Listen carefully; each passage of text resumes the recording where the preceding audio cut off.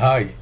Okay, this is a new Nigeria with Olawale Oluwade. In this episode, I'll be speaking on what I've titled President Tinubu's 2027 endorsements and its implications. President Tinubu's 2027 endorsements and its implications. Now, the rush of endorsements of President Bola Ahmed Tinubu for his second term in office is nothing is nothing but a charade and a mere demonstration of deceit and delusion among political desperados. And it is not new. This phenomenon is nothing new. We've seen this awful tragic comedy before, and we all know, how it ended in the previous episodes. The receiver of the sycophantic praise, is a failed president, and so basks eagerly, in typical fashion, in unqualified and unrestrained hero worship by a group of unscrupulous, immoral, and utterly spineless men and women only interested in their bellies and personal interest. Let me state clearly, President Bola Ahmed Tinubu is a sitting duck in terms of elections. He is on the path to becoming the second president to be denied re-election by Nigerians in this fourth republic. However, this prognostication of mine, this prognostication I just made, that he's on the path to becoming the second president in this fourth republic to be denied re-election by Nigerians, is premised on two foundations. Number one, consensus agreement by or of coalition politicians. They must agree to a consensus candidate amongst themselves. And second premise, the conduct, of a free, of a credible, free, fair, and transparent elections in 2027. So the reality today is and remains that President Tinubu is perhaps the most unpopular, disliked, and hated president since the return of democratic experiment in Nigeria. He has treated Nigerians with the utmost disdain, disrespect, and detachment of any president in our history. Worse, he's plunged the economy into a tailspin through otherwise apt policies, but ill thought out, ineptly executed, but was stupidly insistent on pursuing, regardless of wise counsel. Everyone who tries to say, you can tweak this policy this way, you can adjust this way, they say no, we're doing the best things. In fact, there was a time president said he's the best president ever, the mark of a great leader. You're not the one to call yourself a great leader, Mr. President. Forget about what everybody's telling you. You are nothing close to being a good leader, let alone a great leader. So the crash of the national economy is evidenced by negative key macroeconomic statistics, especially unemployment, MSMEs hemorrhaging, manufacturers' prohibitive production cost, and hyperinflation, which has caused untold and unimaginable hunger, misery, mass poverty in the country, and the continuing specter of worsening insecurity, despite colossal sums appropriated, for the armed forces and the police to combat our security challenges. So here's an update on my previous video and the strategic advices I offer therein to coalition politicians, and I state these updates as follows. Number one, President Bola Ahmed Tinubu cannot win any credible, free, fair, and transparent election in Nigeria. Not today, not even in 2027. Number two, there are roughly 97 million registered voters in Nigeria. Only about 26 million, or 27% of this, participated in the 2023 general elections. The coalition politicians have extra 71 million voters to mobilize to vote in 2027. Now, I wonder how many of the 8.8 million voters who voted, in inverted commas, for President Bola Ahmed Tinubu in 2023 will gladly repeat this in 2027. Remember, 60% plus of this, or 57% of this, are from the northwest and northeast alone who voted for President Tinubu. And remember, I said voted for, in inverted commas. How many of this would gladly go and queue in the northwest, north central, northeast to repeat their vote for President Tinubu in 2027?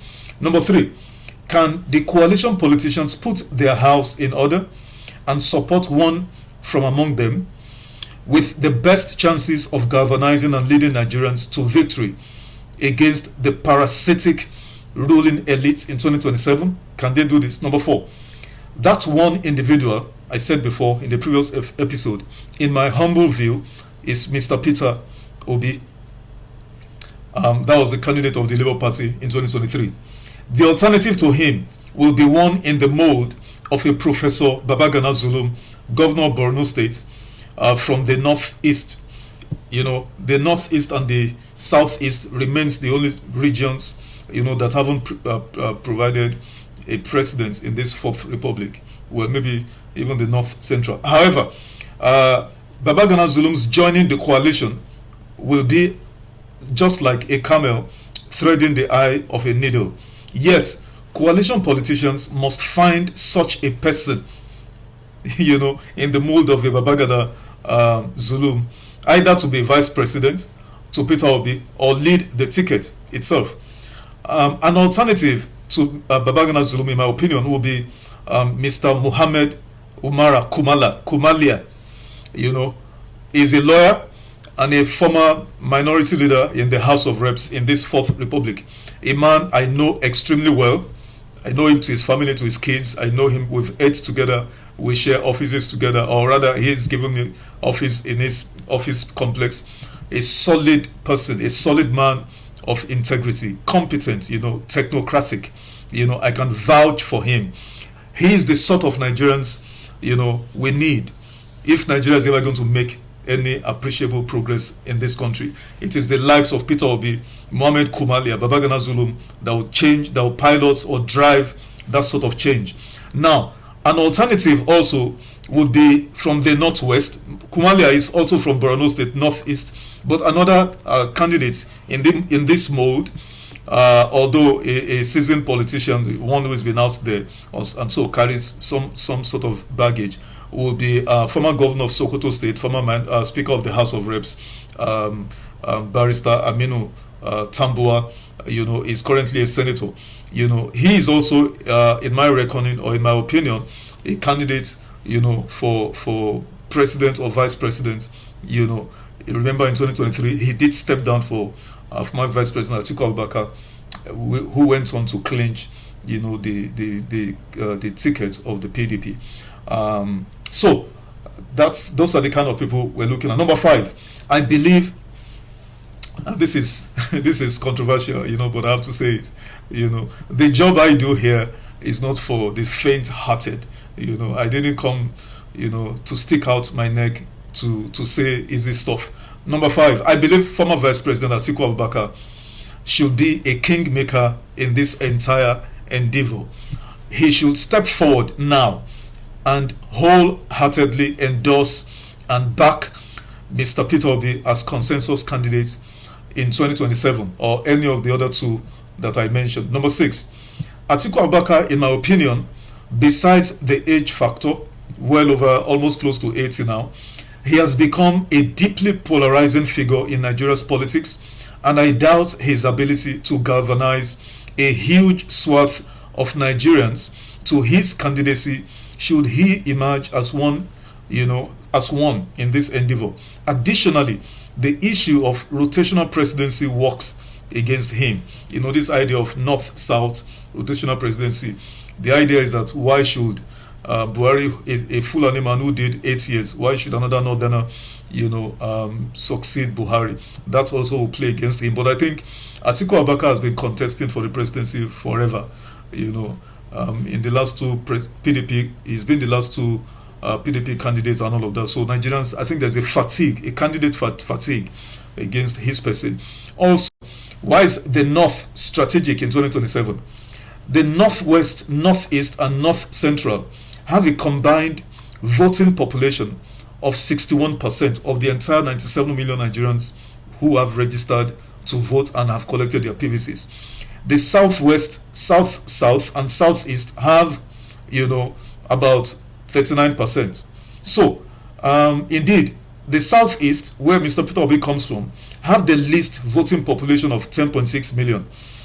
The highest voting population is in the Northwest, 24 million, North Central, 21 million, Northeast, 13 million, Southwest, 12 million, and so on. So, the Southeast have the least voting population, 10.6 or 11%. And this is why Mr. Peter Obi cannot be cocky or arrogant.